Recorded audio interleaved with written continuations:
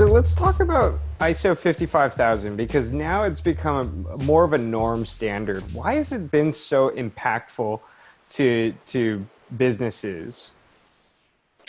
So you know, it's becoming something that we talk about a lot, but unfortunately, my experience with businesses and industry suggests as well that it's not as commonplace in companies as we Hmm. think.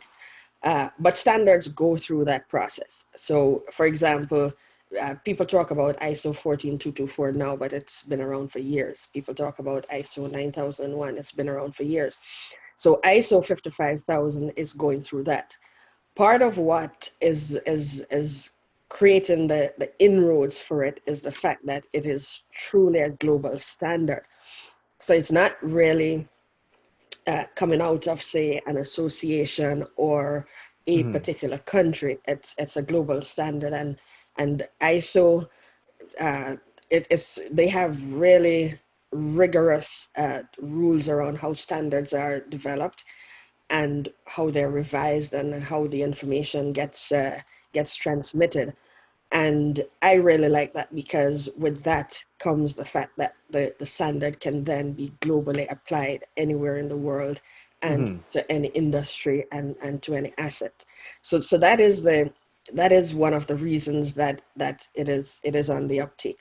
The other part of it is that people are now realizing that asset management is the way to run an asset intensive Yeah. business.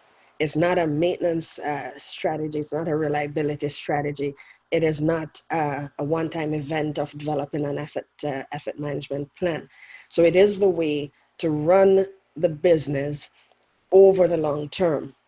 And as a result of that, it includes other aspects that are important and really important. I say other aspects, but really important, such as the business and financial piece of it. And Hmm. so you talk about business and financial, it also incorporates risks. So we know that there are things that can happen with the assets because we like to say that, okay, asset management exists to create value. However, that value in our kind of industry comes from operating the assets, which means that the biggest risks that you're going to face in the organization will also be around the operation of the assets. And so it is to understand how the risks transition across the life cycle of the asset and how we could just get it wrong from the beginning.